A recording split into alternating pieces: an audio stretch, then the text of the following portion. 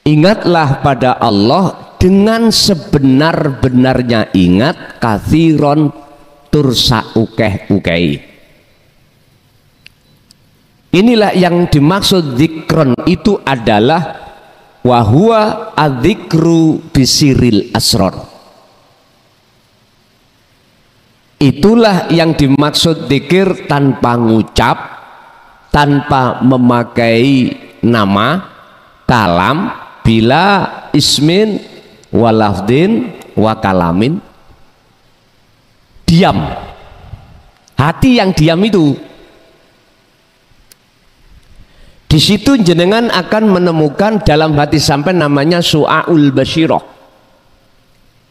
rasa iman. Artinya wajib jenengan merasakan, mengimankan kehadiran Allah di setiap segala hal, aspek apapun sebagai penggerak.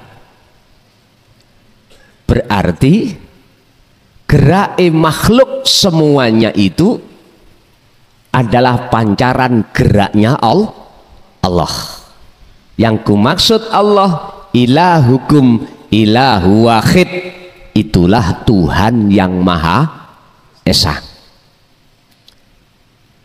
Hidup yang ada di dalam diri dan di luar diri setiap makhluk itulah yang harus kita koneksikan terhadap ruhaniyah kita. Dengan cara apa? Dengan cara berzikir, merasakan, menyadari kalau bukan kita sebagai makhluk yang bisa ngaji, bisa sholat, bisa ini, bisa itu, enggak. Tapi hati sampean yang muncul rasa atau iman adalah hidup itulah sebagai yang berperan atas segala hal apapun. Inilah yang dimaksud dzikron. Lah, lakukanlah itu kathiron, sebanyak-banyaknya. Banyak niki relatif, Pak. Sampean punya piaraan banyak, satu disebut banyak, dua banyak, tiga banyak, terus satu lapangan tetap disebut banyak. Itu artinya sesuai kemampuan jenengan masing-masing. Ini maksudnya proses mengapa Allah itu menyalakan cahaya makrifat atau menerangi atau menghilangkan kewujudan selain Allah yang disebut mukawwanat, makhluk, dalam hati kita dihilangkan. Tinggal kita mau ndak melaksanakan dzikir tersebut. Udah, iki solusi. Ini Allah sudah kasih cara. Tergantung kita mau atau ndak.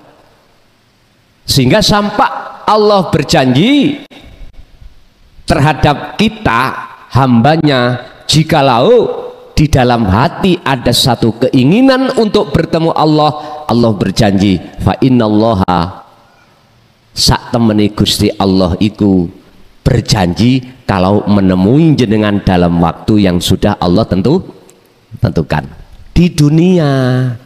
Gak usah kita menunggu di akhirat, di dunia.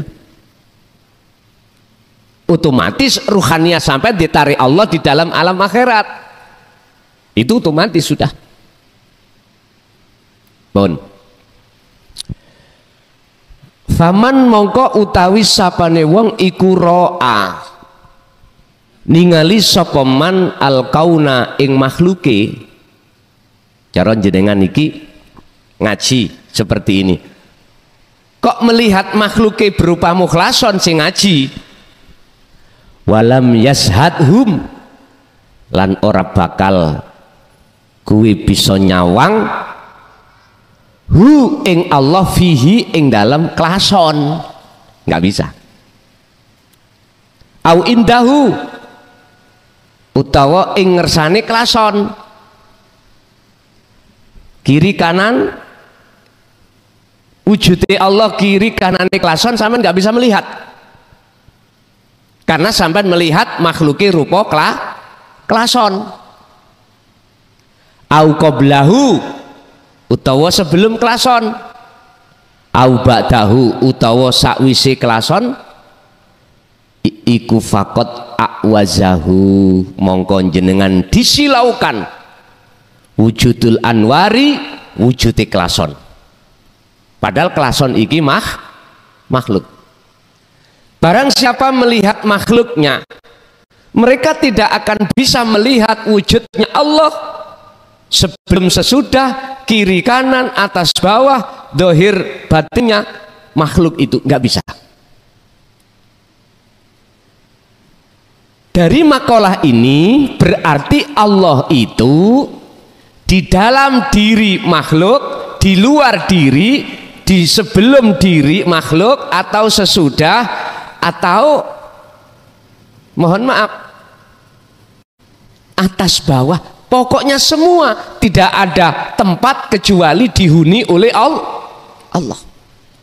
Kalau melihat makhluknya maka tak tampak wujudnya Allah.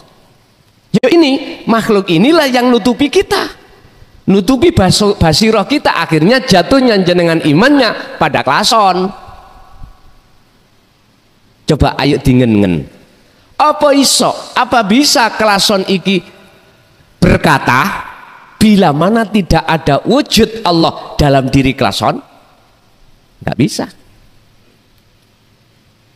Iki contoh saja nang klason.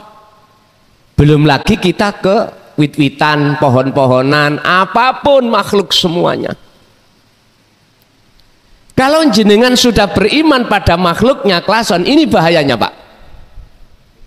Bahayanya jatuhnya iman sampai kali kulo ini pasti terhadap makhluk, dan inilah yang ditakutkan oleh Imran terhadap anak putunya termasuk kita. Ya bunayya la tusyrik billah inna syirka la zulmun azim. Surat Luqman ayat berapa? Ayat 13. Jadi yang dikhawatirkan Luqman, bukan Imron, saya salah menyebut, mohon maaf. Ini sehingga tentang masalah syirik terjadi sebagai syirik khafi ini, Allah jadikan sebagai syarat syirik itu tidak ada manakala Anda ingin bertemu terhadap wujudnya Allah. Wala yusyrik bi'ibadati rabbih ahada. Ketika Anda beraktivitas apapun, baik ibadah murni atau tidak murni, hati Anda tidak boleh menyekutukan Allah. Artinya tidak boleh ada iman dalam diri jenengan selain hidup itu. Bentuknya tidak boleh rasa yang muncul dalam hati kita yang melakukan itu makhluk. Paham ya? Yes. Inilah namanya tauhid, ya seperti ini, untuk mengesahkan Allah di setiap apapun, banyak tapi ahad. Kalau kita telah terhijabi oleh wujudnya makhluk itu, wahujibat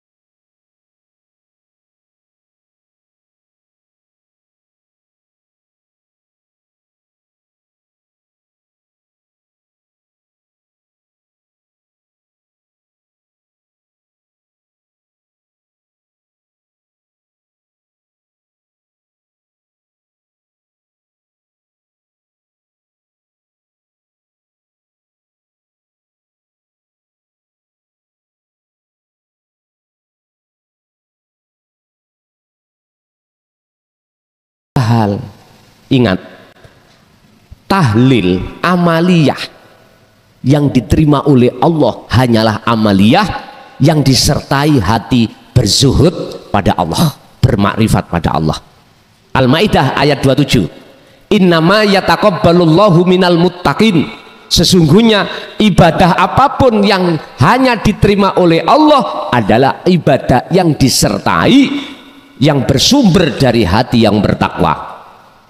Takwa yang di sini dimaksud adalah ruhaniyah jenengan ini berzikir.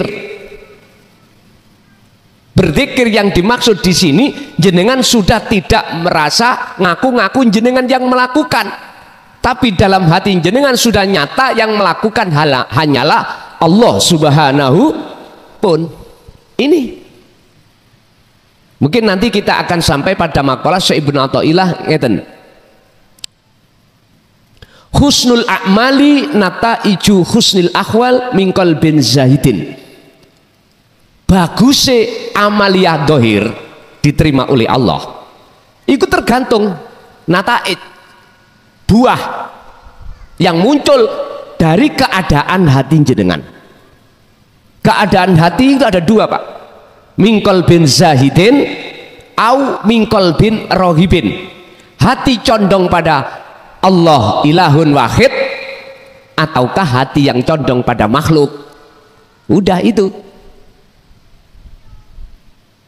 Jadi bisa Anda menentukan sholat, zakat, puasa, haji, dan apapun aktivitas Anda sebagai ibadah diterima atau tidak bisa di situ. Anda bisa menentukan, memastikan.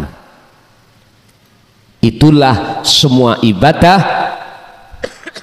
yang disertai dengan pelepasan syirik, yang tidak ada syirik penyekutuan terhadap Allah. Wala yusyrik bi'ibadati rabbihi ahada. Jangan ada selain Allah wujudnya dalam hatimu ketika kau beribadah, termasuk dirimu. Hilangkan, fanakan. Bapak Ibu, untuk sekali lagi menghilangkan wujud-wujud sakliyane Allah, kalau kita ngaji pahamane gampang, teorinya gampang sekali, tapi ketika jenengan praktek gak langsung dikasih Allah gampang, susah dulu, susah.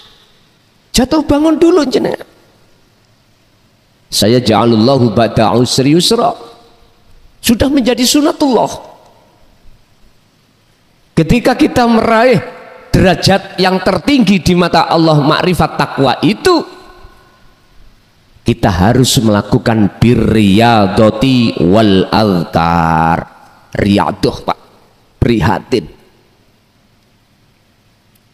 Orang lain sama hatinya bersukaria, senang-senang terhadap kemewahan dunia. Jenengan nggak boleh. Hati lo maksudnya, ya nggak boleh. Jasad sampai silakan. Tapi lebih berat jenengan ini berkholwat, berzikir untuk menghilangkan wujud makhluk dalam diri Anda. Ketika jenengan iki jasad dohir Anda mewah, dunianya mewah, dibanding dengan kita yang berkholwat, berzikir untuk menemui Allah dalam rangka menghilangkan keakuan wujudnya makhluk. Ketika saat diri kita dalam keadaan iku susah-susah.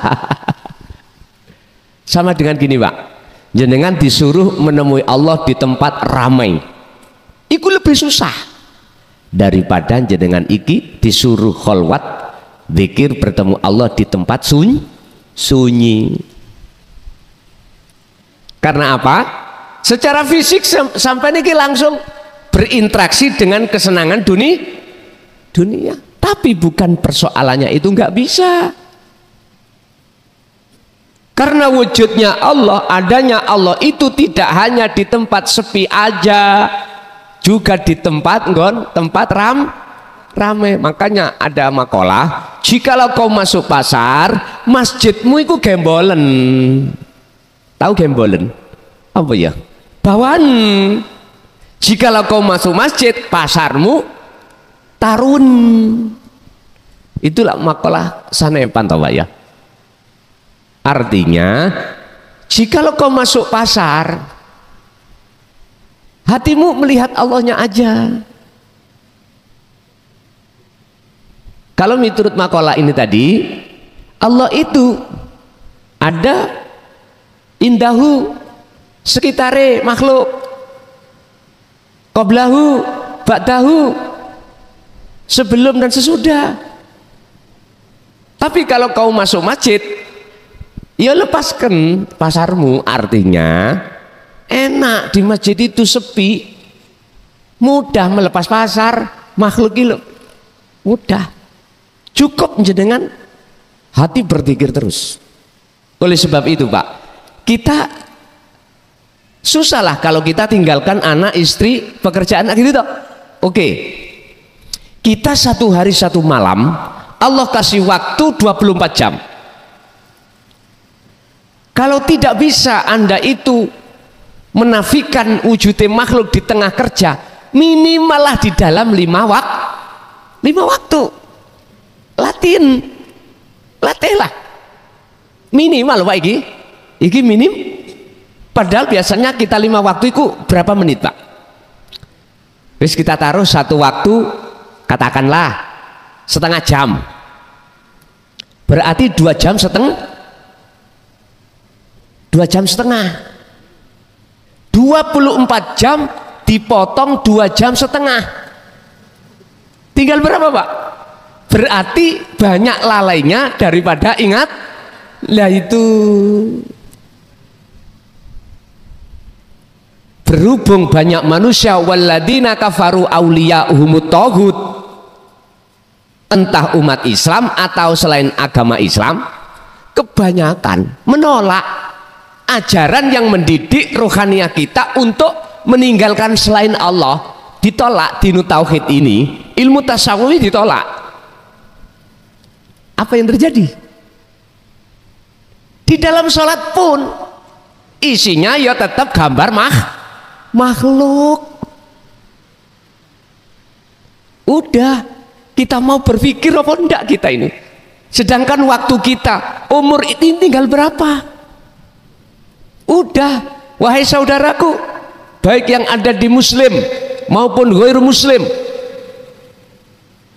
bertafakurlah, angen-angen siro, mikiro siro. Kita di belakang kita, wa min waraihim barzah, di belakang kita ada satu kejadian yang mesti terjadi, yaitu kematian. Coba ayo kita angen-angen, sadar. Sebanyak apapun garwo sampean, bojo sampean, sampai Nabi Sulaiman 100 kalau nggak salah ya, semewah apapun duniawiyah kita, setinggi apapun pangkat kita, kalau itu sudah datang, ditinggal apa enggak? Innama amwalukum wa auladukum fitnah. Yun sewu. Ternyata semua apa yang Allah hadapkan terhadap kita adalah ujian. Lah ujian ini Allah titipkan pada kita, tergantung kita merasa menghai yang dititipkan apa enggak. Bukti kalau semua itu titipan, ketika saat idza jaa ajaluhum itu datang, ditinggal pun. Bojo sing semlohe awayu gitu, langsing, wadah Pak, rakiro tidak kira ikut di alam kubur, mboten kira Pak. Anda tinggalkan semuanya itu. Terus kalau tidak berpikir mulai saat sekarang, kapan Pak? Aku tanya. Ya kalau kita tahu kapan kita meninggal.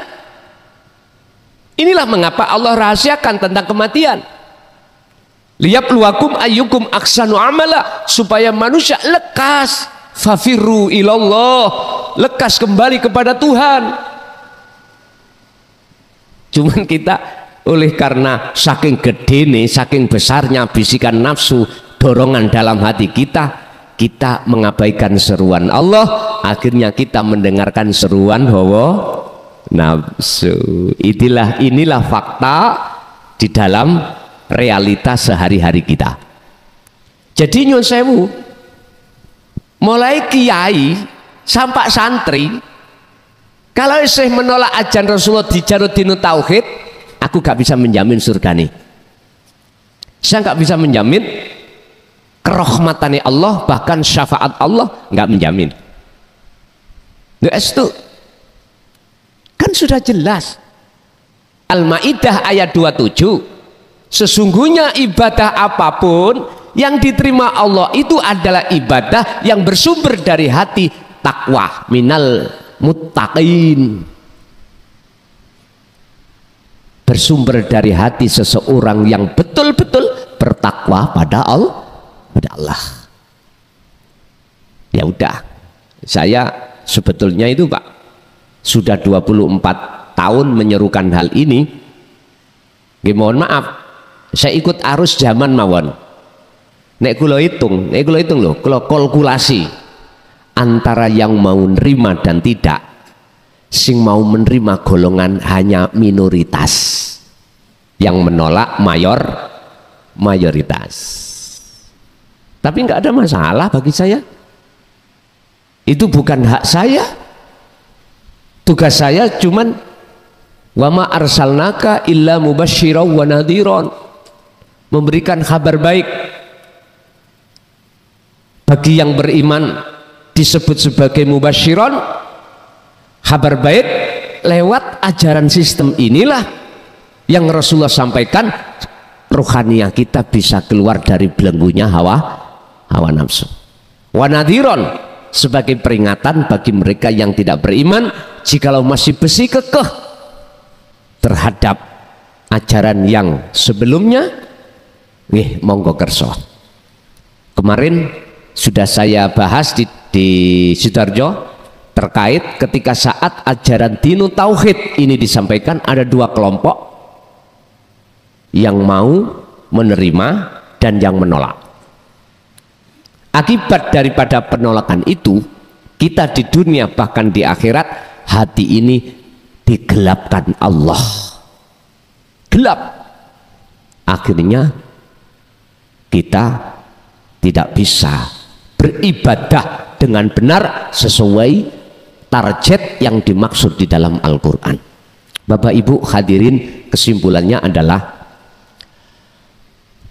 bila mana hati ini masih tampak wujudnya makhluk, itu berarti yang menghalangi rohaniah kita pada kebenaran wujudnya Allah. Solusinya adalah harus diusir wujudnya makhluk di dalam hati kita dengan cara nur makrifat itu harus menyala. Menyalanya nur makrifat yang Allah kehendaki terhadap hamba yang beliau kehendaki, nurun ala nurin yahdillahu linurihi mayyasha, itu disebabkan karena proses zikir sampean baik siang maupun malam. Yang dimaksud zikir di sini adalah ingat, sadar kalau semua makhluk bisanya gerak, itu ada yang menggerakkan. Minimal dengan begitu, akhirnya hati sampai merasa selalu dilihat Allah. Karena Anda sudah yakin yang menggerakkan semua makhluk adalah Allah. Ini memang proses awal, Pak. Walaupun belum bertemu Allah wujudnya, di dalam hati sampean ada makom muraqabah, makom di mana Allah sudah terasa dekat. Inilah proses jenengan ini untuk Allah nantinya akan menyalakan cahaya itu. Syekh Ibnu Athaillah dawuh dalam satu makalah tentang dzikir, la tatruk, ojo janganlah kau tinggalkan adzikra ing dzikir tersebut, ya, li adami hudurika ma'allahi bihi. Walaupun zikirmu itu belum hudur menyang Allah, tetap zikir sirul asror kumandangkan. Nanti ada waktunya tersendiri, kehuduran jenengan datang Allah, pertemuan Anda pada Allah mesti akan terjadi itu. Kok bisa saya mengatakan mesti? Karena Allah sudah berjanji dalam surat Al-Ankabut ayat 5. Barang siapa di antara hambaku yang betul-betul ingin berjumpa denganku Allah lewat zikir tersebut, maka aku Allah berjanji dalam waktu yang sudah kutentukan pertemuan ini. Alhamdulillah. Wis, ini Quran. Tapi ingat, tidak semua orang ingin ketemu Allah. Kebanyakan orang pingin ketemu atine kemewahan dunia. Wis iki pun niku kesimpulannya. Sekarang masuk pada sesi tanya jawab dan dialog. Monggo Bapak, saya kasih 3 pertanyaan, 3 orang, Ibu 2. Monggo.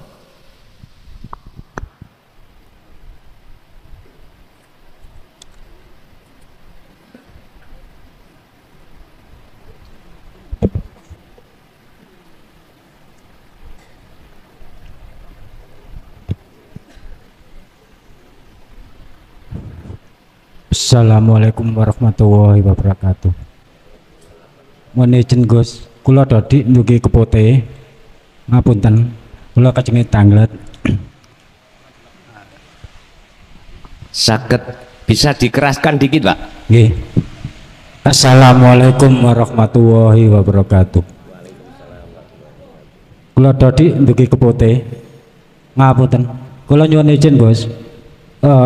Mengenai babakan toriko, background kula emang bermacam-macam ya, ngapunten. Kula nate tumut perguruan lain toriko atau ngaji rasa babakan manunggaling kawula kelawan Gusti. Kula nate kali pangeran niku disukani semerap cahaya berlapis-lapis.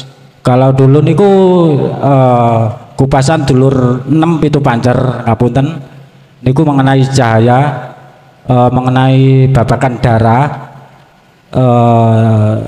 masuk ke alam kurang apa yang kula paham ke alam apa teng cahaya niku enten huruf alif teng tengah-tengah niku enten huruf alif. Terus kata cahaya yang di depan, nur yang di depan masuk niku udah bervariasi nggih. Semenjak kula mengetahui sirul asror,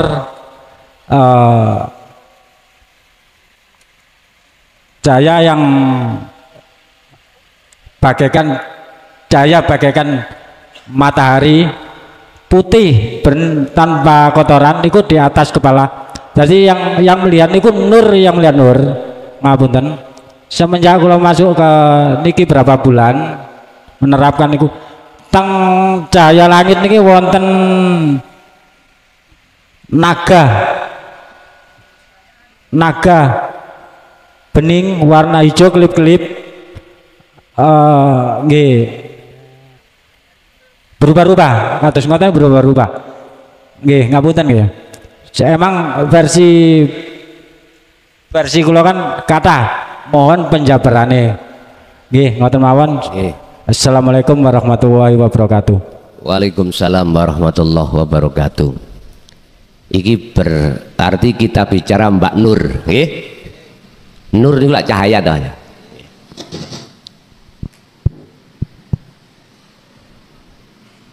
Kita orang Jawa khususnya ya, saya sendiri juga dulu tahun sekitar 75 itu dikenalkan tentang ilmu sejati.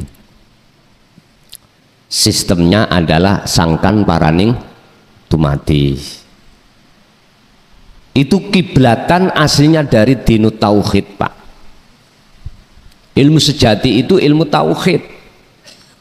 Kalau di Al-Qur'an kan diarabkan itu seperti itu.